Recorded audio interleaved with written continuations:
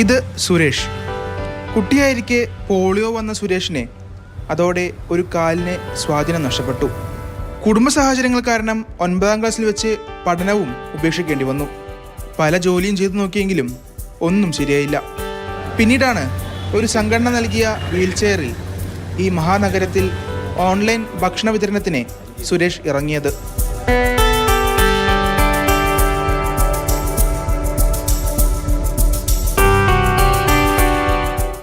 New motion கொடுத்து 2 வருஷம் ஆகுது. நியூ மோஷன் ஹோண்டா கம்பெனிக்காரன் கொடுத்தான் டீபெரம்பத்தூரில்.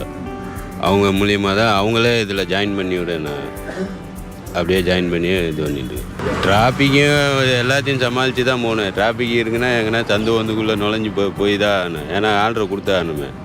ഫുൾ ചാർജ് ചെയ്ത വീൽ ചെയറിൽ 40 കിലോമീറ്റർ വരെ ഒരു ദിവസം സഞ്ചരിക്കാം.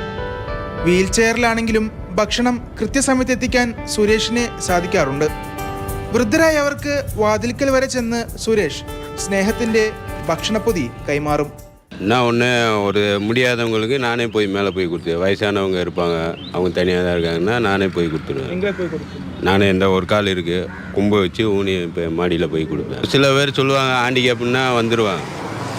വൃദ്ധയായ അമ്മയ്ക്ക് സുരേഷ് മാത്രമാണ് ഏക ആശ്രയം. പ്രതിബന്ധങ്ങൾ നിറഞ്ഞ മഹാനഗരത്തിലെ ഈ തിരക്കേറിയ റോഡിൽ കൂടി സുരേഷിൻ്റെ വീൽ ചെയർ യാത്ര ഇനിയും മുന്നോട്ട് പോയട്ടെ.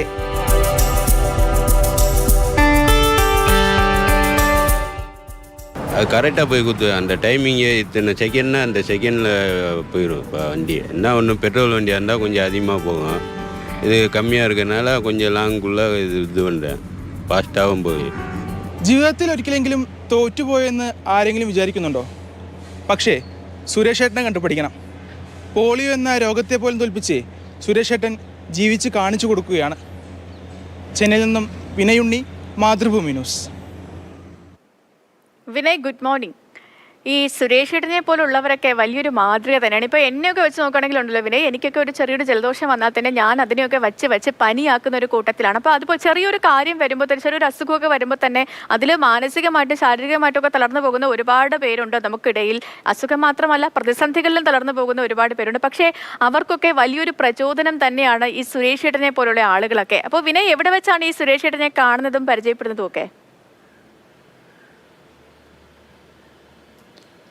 വളരെ യാദൃശ്ചികമായിട്ടാണ് സുരേഷ് ഏട്ടനെ ഞാൻ കാണുന്നത്. ഒരിക്കൽ ഈ വിജയുടെ പാർട്ടി മീറ്റിംഗ് നടക്കുന്നുണ്ടെന്ന് അറിഞ്ഞ് നീലാങ്കര ഭാഗത്തേക്ക് പോകുന്ന വഴിയിൽ വെച്ചിട്ടാണ് ഈ സുരേഷ് ഏട്ടനെ ആദ്യം ഞാൻ കാണുന്നത്. അന്ന് ഞാൻ നമ്പറൊക്കെ വാങ്ങിച്ചു വെച്ചു. ഒരു ദിവസം ഒഴിവുപോലെ വിളിക്കാമെന്ന് പറഞ്ഞു. 2 ദിവസം മുമ്പ് ഞാൻ സുരേഷ് ഏട്ടനെ കണ്ടു, സംസാരിച്ചു. അപ്പോഴാണ് സുരേഷ് ഏട്ടൻ്റെ ജീവിതമൊക്കെ മനസ്സിലായത്.